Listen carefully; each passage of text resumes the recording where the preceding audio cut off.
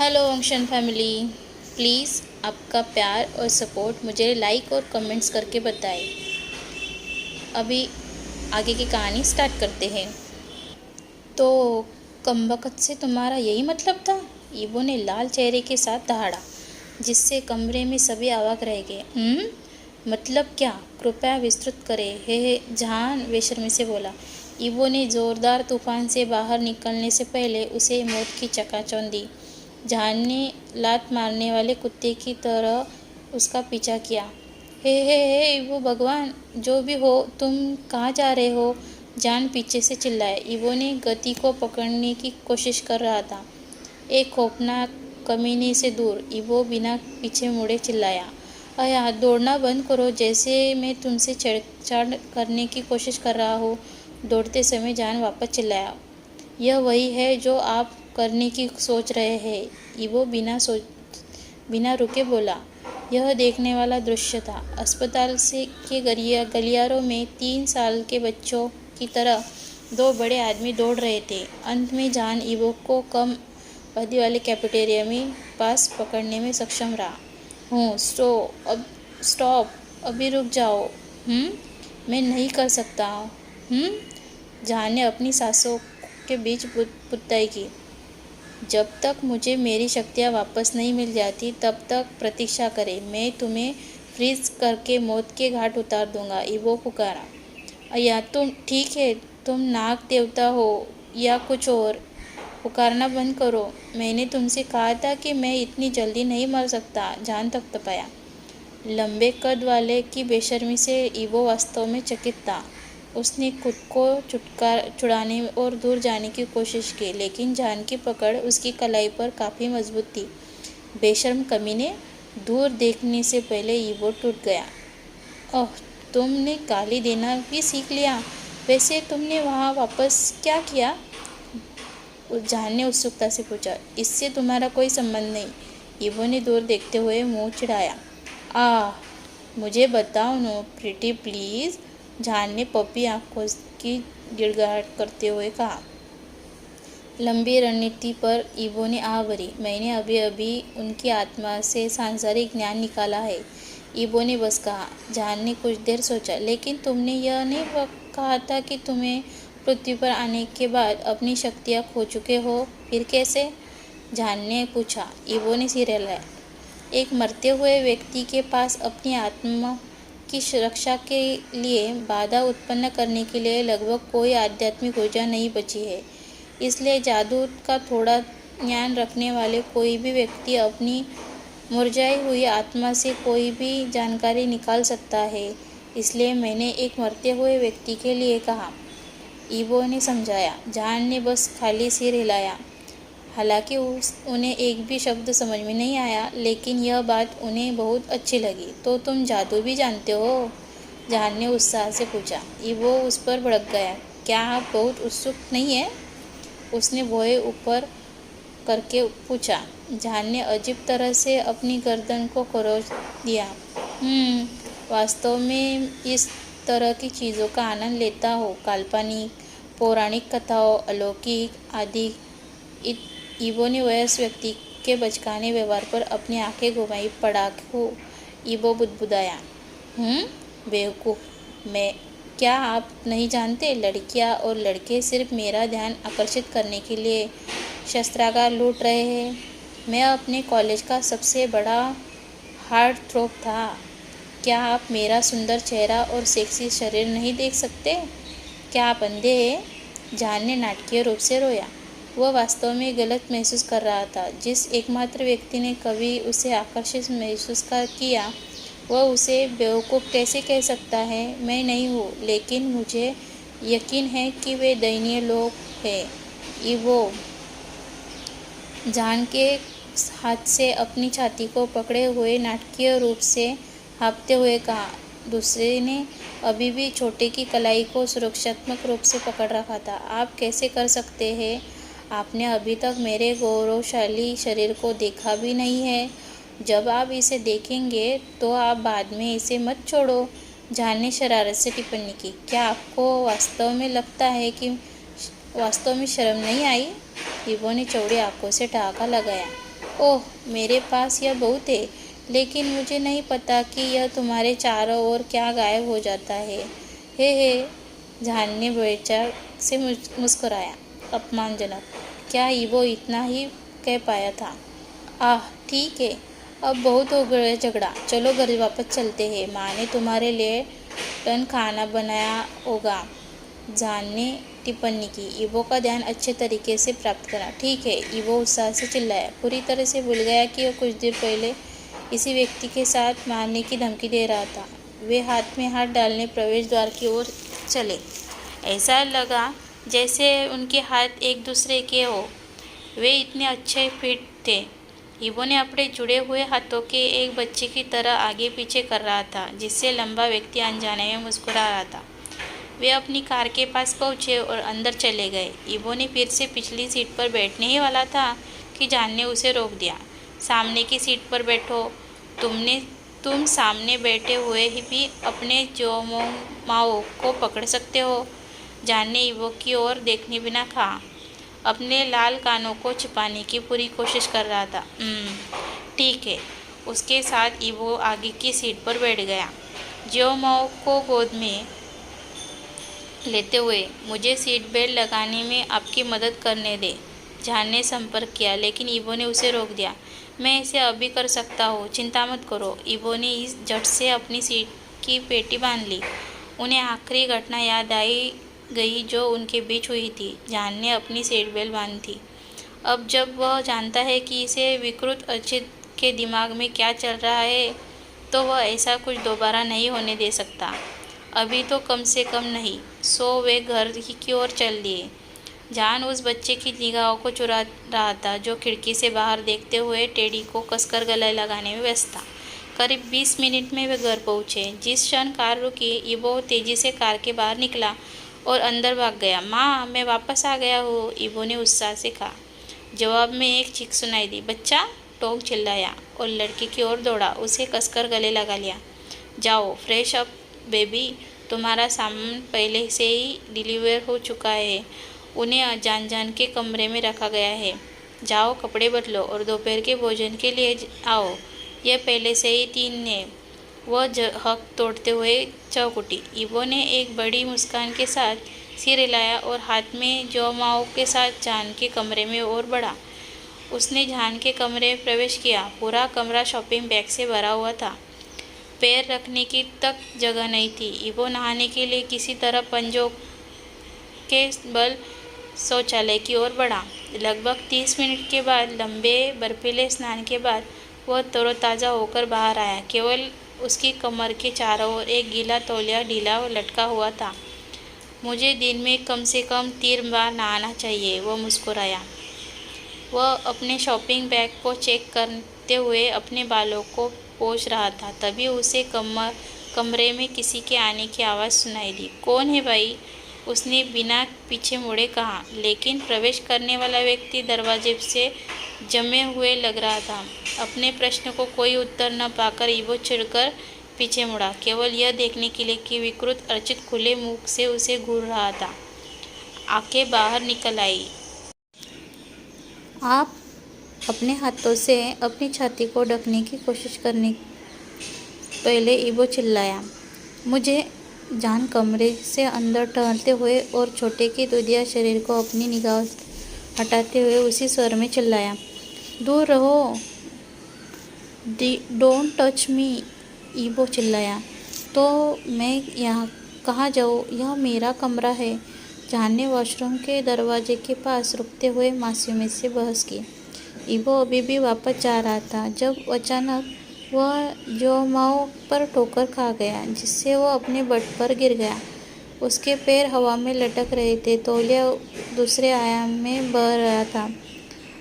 मेरा बट, वो दर्द से चिल्लाया। जान तुरंत उसकी मदद के लिए दौड़ा। उसने ईवो का हाथ पकड़ा और उसे उठने में मदद की। आप ठीक तो है ना? जान ने किसी चोट की जांच करते हुए पूछा। ईवो ने सिर हिलाया। जान अभी भी चोट की जांच कर रहा था जब उसकी नज़र छोटे वाले निचले हिस्से पर पड़ी। ईवो ने बाद में भूखी निगाहों के पीछे अपनी दूधिया जांघों की ओर देखा। तभी उन दोनों को एहसास हुआ कि ईबो अब पूरी तरह से नेकेड है। आ आ ईबो तीखी चीख के घर कोने में गूंज रही थी। उसने जान को तुरंत दूर धकेल दिया और अपने छोटे हाथों से अपनी मेहमान छिपाने की कोशिश करते हुए भाग गया। जान अभी भी अचंभे में था। उसकी नज़र बाद वाले के नग्न शरीर पर पड़ी, चाहे उसने कितनी भी दूर देखने की कोशिश की हो। जब ईबो घूमा और दौड़ना शुरू कर दिया तो उसने सोचा कि उसने अपने जीवन के सबसे अच्छा दृश्य देखा। ईबो का दूधिया मोटा गधा पूरे प्रदर्शन पर था। जब वो इधर उधर भाग रहा था, जान बस जमीन पर बैठ गया, चेहरे को हाथों से सहारा दिया और मुंह चौड़ा करके बाद की देख रहा था। यह पहले से ही सपना देख रहा था कि मांस का यह कोमल टुकड़ा उसके हाथ में कैसा महसूस होगा। उसके दीवा स्वप्न में तब टूट गए जब एक और जोर से चीख के साथ एक तकिया उसके चेहरे की ओर उड़ता हुआ आया। अपनी आंखों से मेरा रेप करना बंद करो, तुम रेंगते हो। जान की दिशा में एक जूता फेंकते हुए ईबो चिल्लाया, जिससे मुश्किल से लार टपकाने वाले चकमा दिया। ऐश, किसने कहा कि मैं अपने दिमाग में तुम्हारा रेप कराऊं? मेरे दिमाग में जो कुछ भी है हो रहा है वह तुम्हारे सहमति से हो रहा है। जान ने बेशर्मी से टिप्पणी की, जैसे कि वह इस दुनिया की सबसे मासूम बात कर रहा हो। ईबो ने तुरंत अपने आप को बिस्तर के कंबल से ढक लिया। चुप रहो रेंगना, बस चुप रहो। ईबो लंबे वाले पर फेंकने के लिए कुछ खोज रहा था। उसने बेड साइड टेबल पर एक अलार्म घड़ी देखी। उसने उसे उठा लिया और जान पर फेंकने ही वाला था कि बुजुर्ग चिल्लाया, नहीं, अलार्म घड़ी नहीं। इसके साथ ही जान उठ खड़ा हुआ और ईबो की ओर भागा। इससे पहले कि ईबो कुछ और समझ पाता, जान पर घड़ी फेंकता, उसने खुद को बिस्तर पर जकड़ा हुआ पाया। बंद करो भाई। ईबो ने दोनों हाथों को उसके सिर पर पाया, उन पर पिन करते हुए जान टूट गया। मुझसे दूर अर्जित करो, दूरी रहो। संघर्ष करते हुए ईबो टूट गया। सबसे पहले मेरे ऊपर खतरनाक चीज़ें फेंकना बंद करो। अगर मुझे किसी गलत जगह पर चोट लगी तो क्या होगा? मैं तुम्हें भविष्य में कैसे संतुष्ट करूँगा? जान ने मासूम से ठहाके लगाए। कमीने, मुझे छोड़ दो। मैं माँ को बता दूंगा कि तुम मेरा बलात्कार करने की कोशिश कर रहे हो। ईबो बोला, मैंने तुम्हें कब छुआ भी था? मुझ पर आउट का आरोप लगा रहे हो? जान मुरझा गया और दर्द से चीख पड़ा जब ईबो ने अपने घुटने से लंबे की कमर पर लत मारी। ईबो ने इस अवसर का लाभ उठाया और एक शॉपिंग बैग के साथ कोठरी से भागा। जान अभी भी बिस्तर पर लिपटा हुआ था, दर्द में अपने उबार को पकड़ रहा था। बस उस दिन की प्रतीक्षा करे जब मैं अपना बदला लूँगा, तुम सेक्सी बउआ। जान मुस्कुराया। 15 मिनट के बाद ईबो कपड़े की नई परतें पहने हुए कोठरी से बाहर आया। जान के पास से गुजरा, जो भी अभी बिस्तर पर पड़ा हुआ था। अरे तुम कहाँ जा रहे हो? जान ने सवाल किया। आपसे दूर। कमरे से बाहर निकलने से पहले ईबो ने कहा। अरे मेरा इंतज़ार करो। इसके साथ जान बिस्तर से उछल पड़ा। वह डाइनिंग टेबल की ओर नीचे चला गया। जान एक खोए हुए पिल्ले की तरह उसका पीछा कर रहा था। वे दोनों डाइनिंग टेबल की ओर गए, जहाँ टोंग पहले से ही व्यंजन परोस रहा था। आह ईबो, जान आओ, मैंने तो बहुत खाना बनाया है। टोंग खुशी से झूम उठा। उसने जान और ईबो को एक दूसरे के पास बैठने के लिए घसीटा। फिर उसने उन्हें भोजन परोसा। वह स्वयं भोजन करने बैठी। माँ, मुझे कुछ बात करनी है। ईबो ने बातचीत शुरू की। हाँ बेबी, मैं सुन रहा हूँ, टोंग ने खुशी से कहा। माँ, क्या मुझे अलग कमरा मिल सकता है? ईबो ने अनुरोध किया। जान ने अपने खाने में लगभग डूब गया। क्यों बेबी, क्या जान तुम्हें धमकाता है? उसने बोए चढ़ाकर पूछा। ईबो ने जोर से सिर हिलाया। ओह जान, तुमने ईबो को धमकाया? टोंग ने कहा। नहीं माँ, मैंने तो उसे कभी तंग नहीं किया। जान ने अपनी बेगुनाही का दावा करने की कोशिश की। लेकिन टोंग ने उसे काट दिया। ईवो बेबी, आज रात बस इसके साथ नंगे हैं। हम कल तुम्हारे लिए एक नया कमरा तैयार करेंगे, बस आज के लिए इस लड़की को सही करो। टोंग ने मुस्कुराया। ईवो ने पाउट के साथ सिर हिलाया। दोपहर के भोजन के बाद टोंग ने ईवो को हवेली का विस्तृत दौरा कर दिया।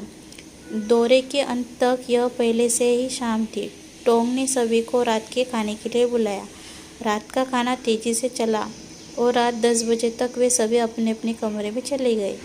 जान के कमरे में ईवो और जान बिस्तर के विपरीत दिशा में खड़े थे, लगातार एक दूसरे को घूर रहे थे। या अधिक ईवो की तरह जान पर खंजर फेंकना, जबकि बाद वाला खौफनाक आंखों से भेड़ बकरियों की से मुस्कुरा रहा था। लिविंग रूम में सोफे पर सो जाओ। लंबे घूरने की प्रतियोगिता के बाद ईवो टूट गया। जब मेरा कमरा है तो मैं लिविंग रूम में क्यों सोऊं? यह आप ही है जो बिना कमरे के आप लिविंग रूम में सोते। जानने पीछे हट गया। लेकिन माँ ने मुझे आज यहाँ सोने के लिए कहा है।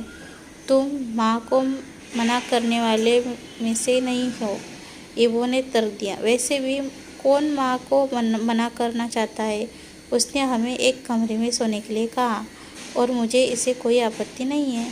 जान ने एक टेढ़ी मुस्कान के साथ कहा। ओह रेंगना, इस तरह मुस्कुराना बंद करो या मैं तुम्हारी गेंदों को फिर से लात मारूंगा। ईवो ने जान को धमकी दी, जो तुरंत काम कर गई। जान ने तुरंत अपनी कीमती गहनों को अपने हाथों से छोटी की मौत की चकाचौंध को चपा दिया। तुम मुझे इस तरह क्यों धमकी दे रहे हो? तुम मुझे बस चुप रहने के लिए कह सकते हो। जान ने थपथपाया, जिससे ईवो की आंखें मूंद ली। जैसे कि तुम सुनोगे, ईवो बुदबुदाया। वह अपने बिस्तर के किनारे लेट गया। जान ने और बकवास न करते हुए कर रहा था, लेकिन शायद जान के मुंह में छेद हो गया। लंबा भी बिस्तर पर चढ़ गया और दूसरी तरफ लेट गया। उसने ईवो को उत्सुकता से देखा, जो वापस उसका सामना कर रहा था। अरे, जान ने फ़ोन किया। हे भगवान, उसने फिर से फ़ोन किया। क्या तुम सो रहे हो? क्या देवता सोते हैं? वो फिर से बड़बड़ाया। प्रत्युत्तर में उसे केवल पूर्ण मौन ही मिल रहा था। ईवो, तुम्हारा बेड बहुत अच्छा है, जान ने टिप्पणी की। बूम, इसने काम किया। तुम्हारी समस्या क्या है? क्या तुम अपना मुंह बंद नहीं कर रख सकते? अपने ही लाल चेहरे वाले जान को सामना करने के लिए मुड़ते हुए ईवो टूट गया। हे यह काम किया। जान खुशी से झूम उठा। ईवो ने आंखें घुमाई और फिर से घूमने ही वाला था कि जान ने उसे रोक दिया। रुको रुको, चलो बात करते हैं, उसने बचकानी उत्तेजना के साथ कहा। किस बारे में? ईवो ने झंझाहट में पूछा। आपके बारे में स्पष्ट रूप से। मैं आपके बारे में और जानना चाहता हूँ, जान बड़बड़ाया। तुम इतने दिलवाले क्यों हो? ईवो ने भौहें चढ़ा ली। क्योंकि तुम बहुत दिलचस्प हो, जान ने बस कहा। ईवो इस्तीफा के आह भरते हुए। आप चाहते हैं? उसे थूका। आह, ठीक है। मेरा पहला सवाल वास्तव में गंभीर है, जान ने गंभीर स्वर में कहा। ईवो ने उससे जारी रखने का इशारा किया। ठीक है, सो क्या कोई समलैंगिक देवता है? तुम्हें पता है कि शायद कुछ समलैंगिक ही भी हो सकते हैं। भाषण के अंत तक उसकी आवाज़ लड़खड़ा गई। उसने अपनी आंखें बंद कर ली और अपनी आंतरिक छिड़खानी के कारण उसके सिर पर थप्पड़ मारने को तैयार था, लेकिन वह कभी नहीं आया। इसके बजाय उसने बात की शांत आवाज़ सुनाई। उनका स्वर्ग में विषम लैंगिक या समलैंगिक जैसी कुछ भी नहीं है। जो दिल से आपके लिए नियत है, वह अनंत काल तक आपके साथ रहेगा, चाहे वह पुरुष हो या महिला। उदाहरण के लिए, हमारे स्वर्ग के सम्राट जिलियान के पास भूत सम्राट है। क्रिसमस रेन सॉफ्टफ्लायर चेंग उनके भाग्य के रूप में। भाग्य कभी कभी वास्तव में मज़ेदार हो सकता है ना? ईवो ने अपने सपने में कहा। स्वर्ग में एक बार अपने पसंदीदा को याद करते हुए, केवल वे ही थे जो उनके साथ बिना किसी भेदभाव के मानवीय व्यवहार करते थे। उनका चेंगजी वह था जो उसे सभी प्रकार के उपहार से लाड़ प्यार करता था, चाहे वे मानवीय, स्वर्गीय या भूतिया हो, जबकि शिलियान उसे पढ़ाने वाले थे। मुझे उनकी याद आती है, लेकिन उन्होंने मुझे यहाँ क्यों भेजा? इवो ने सोचा। वह जानता था कि सम्राट शिलियान की अनुमति के बिना स्वर्ग का एक भी प्राणी अपनी उंगली भी नहीं हिला सकता। वह सबसे शक्तिशाली है, इसलिए उनके बारे में जाने बिना उनके लिए नश्वर लोक उतना ही असंभव है। बस इसके पीछे क्या कारण है? इवो अपने विचारों में डूबा हुआ था कि जान ने उसे वापस जीवन में लाने के लिए उसके कंधे को चिकोटी काट ली। अरे व्हाट द हेल, उसकी पुकारा। तुम अपनी स्वर्ग भूमि में खोए गए थे, इसलिए मैंने तुम्हें वापस लाया। जान ने बस कंधे उचकाए। लड़का इवो बुदबुदाया। ठीक है, तो मुझे अपने माता की पिता के बारे में कुछ बताओ, जान ने उत्साह पूछा। शुरू करने से पहले इवो ने आह भरी। मेरी माँ, जितना मैं जानता हूँ,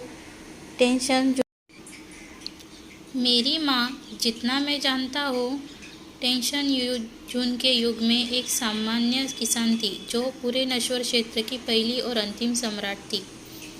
मुझे जो याद है उसके अनुसार वह एक बहुत अच्छी महिला थी, हमेशा सभी के लिए दयालु थी। हालांकि हम गरीब थे, हम शांतिपूर्ण जीवन जीते थे, बस माँ और बेटा।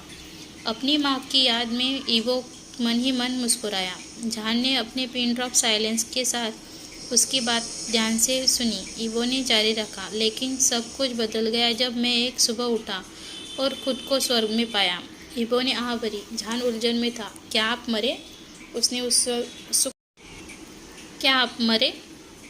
उसने उत्सुकता से पूछा, जिस पर इवो ने अपना सिर हिलाया।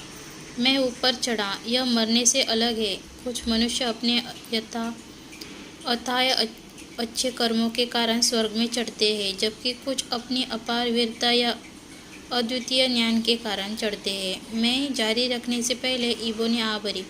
मैं दूसरी ओर चढ़ गया, क्योंकि मेरे पिता उत्तरी आकाश के देवता है, इवो ने खुलासा किया। वह शुष्क रूप से हंसा। जान ने कुछ देर सोचा। तो तुम देवता हो? जान ने पूछा। इवो ने अपनी भौहें टेढ़ी कर ली। मैं एक देवता हूँ। देवता अमर नहीं है, वह बोले। जान को बस अपनी कमजोरी का पता चला। मुझे ऐसा नहीं लगता। मैंने कभी किसी को वांग इवो नाम के देवता की पूजा करते हुए नहीं सुना। इसके अलावा अगर आप अमर थे तो दुर्घटना के बाद आपको चोट क्यों लगी? मैं जो जानता हूँ उसके अनुसार देवता अलौकिक शक्तियों वाले इंसान हैं और लंबी उम्र। जान ने उसे और चिढ़ाया, जिससे वह और अधिक नाराज हो गया। आप दिलेर अर्चित, इवो विवर, दुर्लभ देवता, जान ने चिढ़ाया। फीबल डेमीगॉड, जान ने मुस्कुराहट के साथ चिढ़ाया। इवो ने उस पर एक खंजर चला दिया। मुझे एक बार फिर से बुलाओ और मैं तुम्हें गेंदों को काट दूंगा। इवो ने जान के क्रॉच की ओर इशारा करते हुए धमकी दी। बाद वाले ने अपनी कीमती खजाने को तुरंत कवर के लिए खोल दिया। अया, तुम हमेशा मेरे अनमोल गौरव को ठेस पहुंचाने की साजिश क्यों कर रहे हो? जान ने थपथपाया। इवो ने बस अपनी आंखें घुमाई और घूम गया। अब आपस जान का सामना कर रहा था। ओए, मैं अभी भी बात करना चाहता हूँ। जान ने अपनी तर्जनी से इवो के कंधे पर प्रहार किया, लेकिन वह थप्पड़ दूर हो गया। लेकिन मैं नहीं करता, इवो ने बिना पीछे मुड़े ठंडी आवाज़ में कहा। उस स्वर के साथ क्या है यार? तुम चाहो तो सो जाओ, तुम्हें इतना कठोर होने की ज़रूरत नहीं है। जान ने अपने बिस्तर की तरफ जाते हुए टिप्पणी की। लेकिन इवो ने यह भी नहीं सुना कि उसने क्या कहा। उनका मन अतीत की यादों को दोहरा रहा था। कैसे स्वर्ग में लगभग सभी ने गुप्त रूप से उसका तिरस्कार किया, लेकिन उसके सामने मुश्किल कुछ कहा, क्योंकि वह स्वर्गीय सम्राट का पसंदीदा था।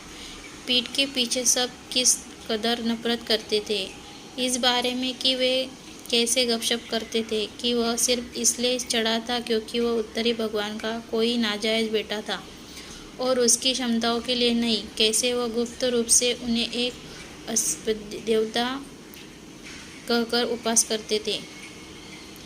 वह एक डेमीगॉड नहीं है, वह साक्षात भगवान है। वह रोज़ अपने आप से बस इतना ही कहता था, लेकिन अब नश्वर संसार में भी लोगों ने उसका उपवास करने का एक तरीका खोज लिया। आज के लिए बस इतना ही। मिलते हैं नेक्स्ट पार्ट में। बाय।